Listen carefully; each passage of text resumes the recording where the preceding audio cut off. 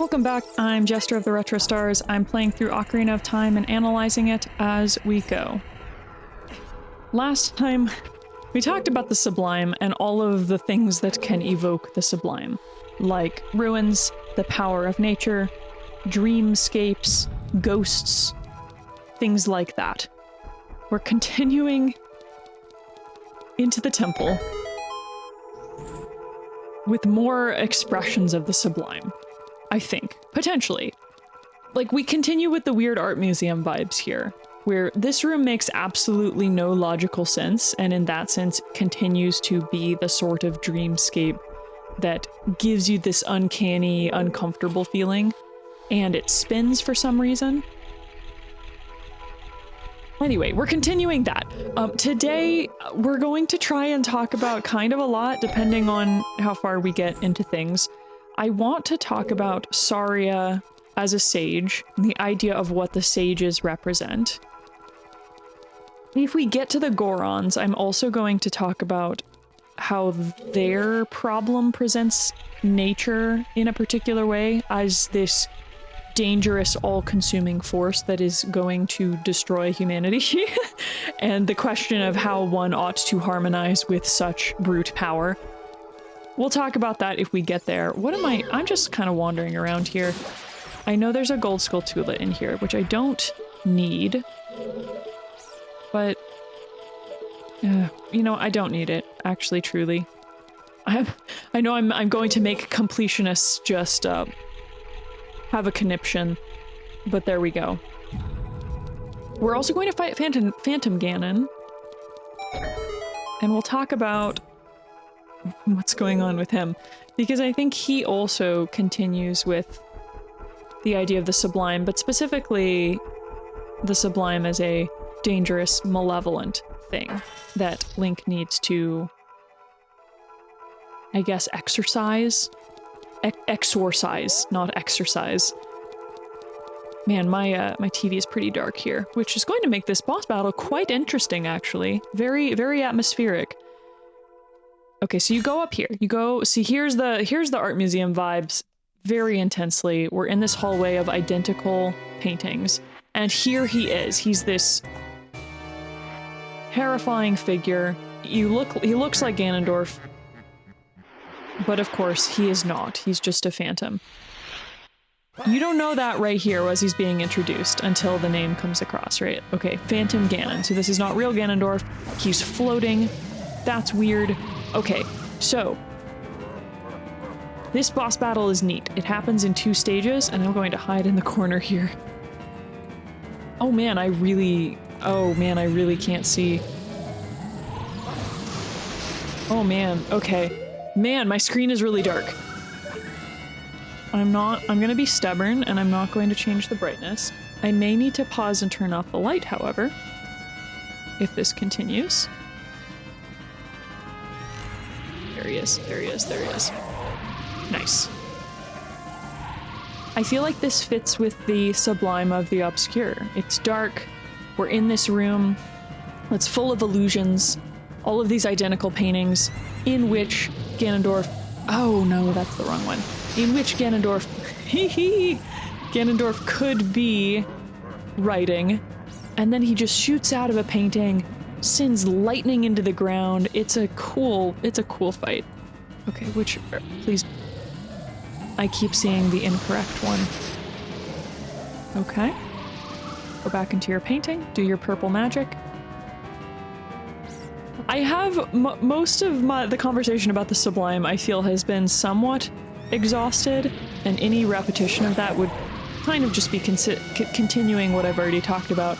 Most of what I want to focus on today happens after this fight, so maybe I timed the episode poorly, but that's fine. We're just gonna vibe as we fight Phantom Ganon. Okay, there we go. And now we have the second stage. And at first you don't know what to do. There's nothing that you can do to attack him, right? You try to shoot him, it doesn't do anything. He just blasts the bow, arrow, whatever, away. We'll see in a second that to kill him, we've gotta we've got to shoot these lasers back at him with our sword, but only specifically once he gets a little bit higher. I came across a blog post once that talks about like the philosophy of Ocarina of Time. I'll put it up on screen. I can't remember who it was by or what it was called. Here we go. Oh shoot. I can't remember what it was called. This is going to be interesting to try and talk as I am. Oh. The blog post that I came across. Oh, now he's back down. Made the observation that one of the first major enemies Link fights, like the first enemy you come across in Ocarina of Time, are the little Deku Babas, the little plant guys. But the first major enemy you're confronted with is... Okay, there we go. Is a Deku Scrub. In order to fight the Deku Scrub... Okay, that was a good volley of hits.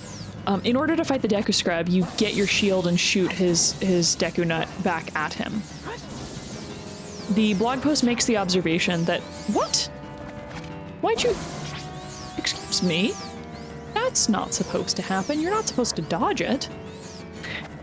The blog post... I'm trying so hard to talk about this blog post.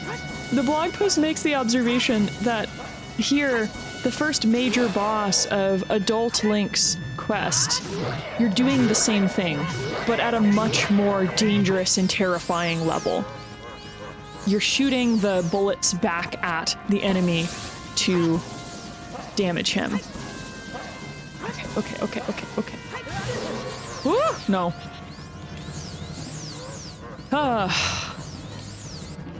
Which is really cool because it shows Link's growth in his ability to face more dangerous and more terrifying opponents and yet come out triumphant. There we go. I love that he dies on the word triumphant. Okay, and here we have a really weird little random detail about what Ganondorf's power is. So Ganondorf is talking now. He's calling him Kid again. And he's like, okay, good job on defeating my guy, I guess. But then he's like, this guy was useless, and I'm sending him back into the endless void between dimensions, or something like this. Yeah, And so we have a sense that Ganondorf has access to these great realms of power we cannot even dream of. So thinking about our conversation last time of the sublime as like a good reality that has to do with the sacred, it can also be a terrifying and evil force, as we see with Ganondorf. All right, I'm going to pause just in case. Here we go. We have made our way through our first adult dungeon. We have conquered the forest temple. And now we're going to meet our first sage. So here's a major thing I want to talk about in this episode is the idea of the sages. Here Link is meeting Saria in the Chamber of Sages. And we discover that Saria has become a sage. This is interesting because all of the sages Link is going to meet over the course of his journey are people he has already interacted with as a child. They are all of his human relationships. Now there's a really tragic way of interpreting this, and I think another maybe more metaphysical and positive way of interpreting this. The tragic way of interpreting the idea of the sages. Good Blood mentions this in the video essay that I bring up all the time, the Ocarina of Time, a masterclass in subtext.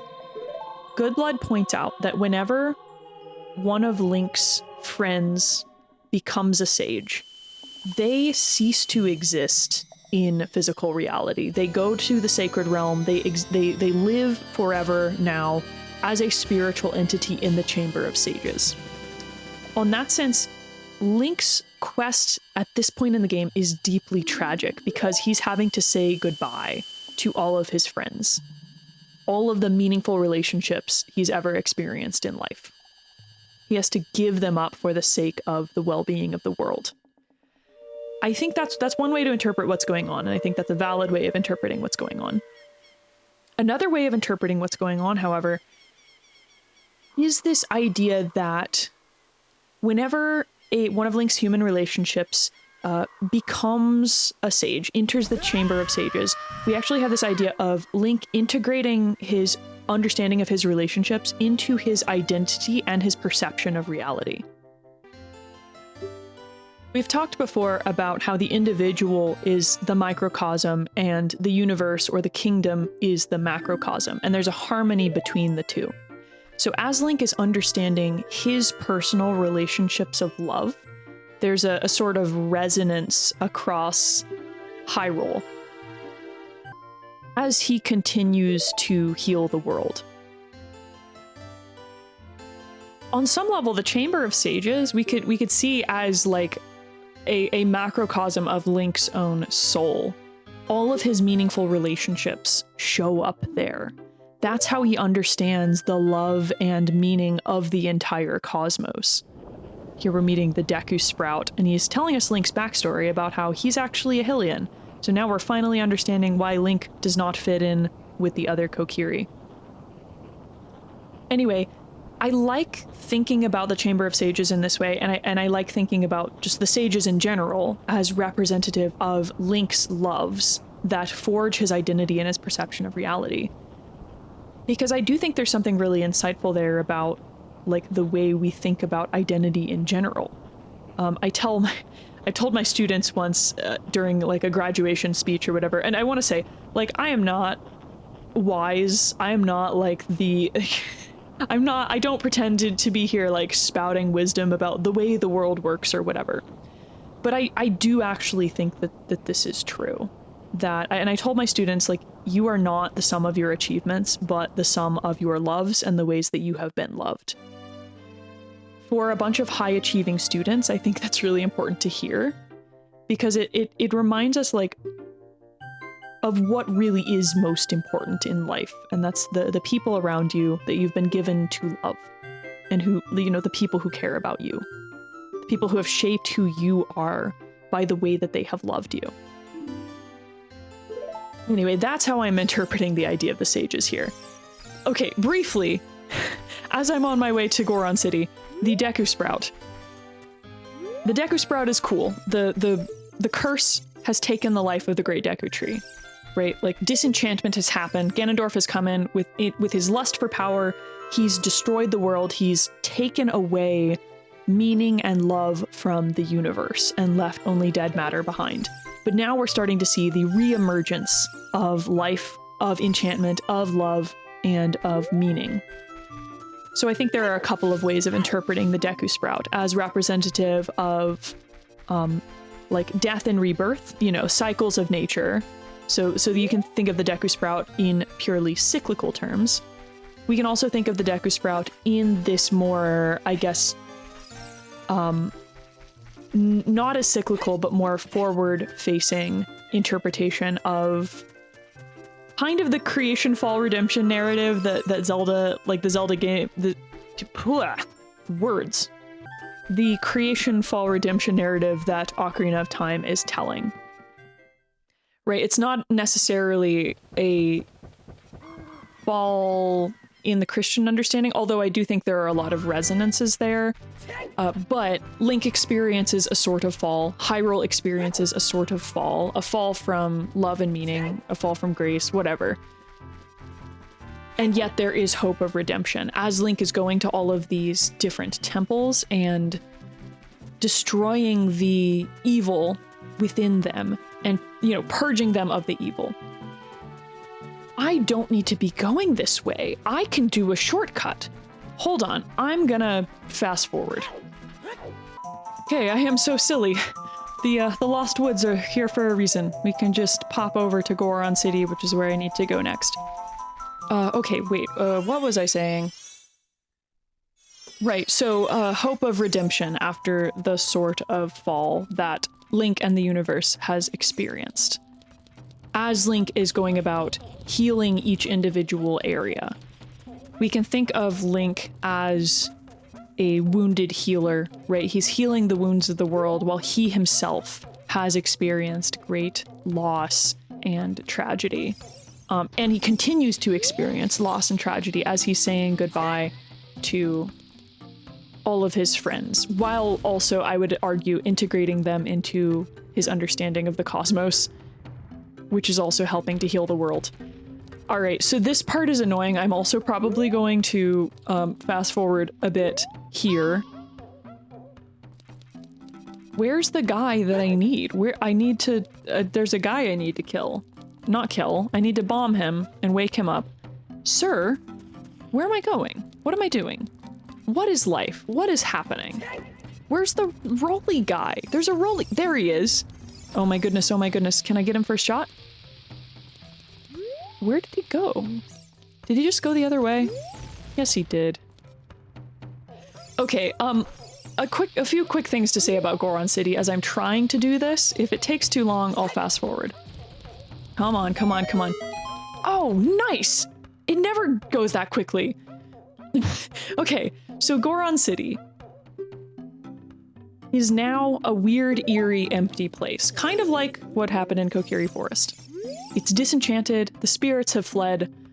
On a literal level, though, the Gorons have been trapped in the fire temple and are going to be eaten by a dragon. They've been imprisoned and they're going to be eaten.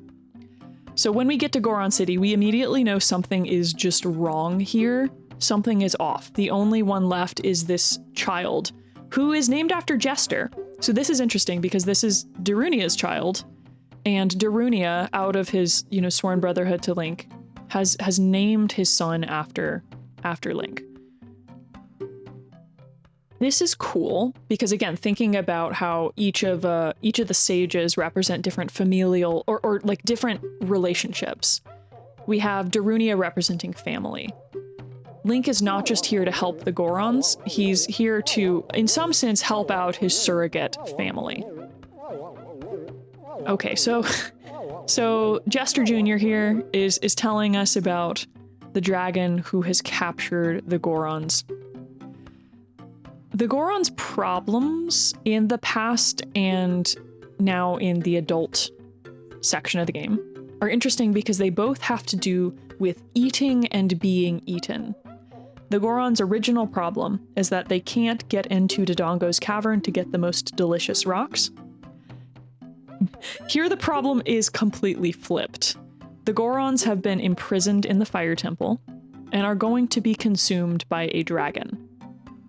So this idea of eating and being eaten, I think, establishes a really primal relationship with nature. I've talked before about how the Gorons are all about power. And their problem here has to do, on some level, with the power of nature, right? Like, you think of, like, nature is the thing that you feed on, but it is also the thing that feeds on you. Okay, opening the gate here. I also have the tunic that will now let me experience the... I already have that shield. Experience the fiery world. So you think of, yeah, nature as this dangerous, all-overpowering force that consumes you. This volcanic sense of Earth. It's like churning and destructive and kind of terrifying. I think of, one of my favorite places on Earth is Yellowstone National Park. And when you go there and you look at all these like mud pots and kind of like thermal features and geysers, and like you have this sense of like nature being really dangerous and indifferent to human well-being. So I do think the Goron's particular problem, like this idea of establishing this relationship of eating and being eaten, is really like is cool, but it also potentially problematizes some of the stuff that I've already said about how nature in Ocarina of Time is fundamentally kind. Because here we seem to be saying like, no, it's not. It actually will consume you. Okay, so there are questions about how one ought to harmonize. A lot of Ocarina of Time is about harmony. How does one harmonize with dangerous nature? I am going to talk about what's going on here with Sheik. So Sheik is showing up again. Okay, harmonizing with dangerous nature. I think there are 4 ways of doing so. Some of them we've already talked about. One of them is the Shinto way of purifying nature and engaging in reciprocal relationship with it, of respect, right? That's one way of harmonizing with dangerous nature. Another way is stoic acceptance. Okay, the bolero of fire. Stoic acceptance says, like, okay, we actually can't harmonize with nature. We're going to exist in this antagonistic relationship with it, and we just have to be indifferent to it because the universe is indifferent to us. Another way is the Nietzschean way, which we've talked about with Ganondorf, right? The universe is dangerous and deadly and doesn't care about us, so we must exert our power and our will on the universe. It's all about passion and power. The 4th way is the Christian way, and that's, you know, the way of love, that you love the universe even as it threatens to destroy you. I think that I would actually say that Link emphasizes the Shinto and the Christian way, but the Bolero of Fire here is interesting because it does also bring a Nietzschean sense into this picture. It almost harmonizes the Nietzschean way and the Christian way in a really interesting sense. So the Bolero of Fire is all about, like, passion and power, but it's also about love and duty. You know, I wasn't reading Sheik's dialogue, so I may do a voiceover to correct anything I'm saying if I get it wrong, but it's about, I think it has to do with love in a romantic sense, which I guess doesn't really fit the idea of Darunia representing brotherhood, but it's about, like, human passion, right? And the the cutscene there of the constant interposing of the different shots of Link and Sheik, like facing each other and then facing away from each other and like standing in the same poses, kind of solidifies what thematically is going on there, right? We're tying together the relationship between the two in a particular way, right? They have this duty to each other to try and save the world, and there is this sense of passion in a way that I think Nietzsche would approve of. So while Link is by no means a Nietzschean, here I think we see power being brought into proper alignment with things like love and rationality, so courage and wisdom. Right, so we are entering the Fire Temple here, and I think this is a good place to pause. We've talked about Saria and what the sages represent. We've talked about nature as a dangerous force and how one ought to get out of here, align oneself with it, and harmonize with it, because that is ultimately what Link's doing. So we also talked about Link as the wounded healer. He has experienced tragedy, but in his experience of tragedy, he can empathize with a broken, wounded, hurting world, and he can bring healing to it. Okay. Until next time.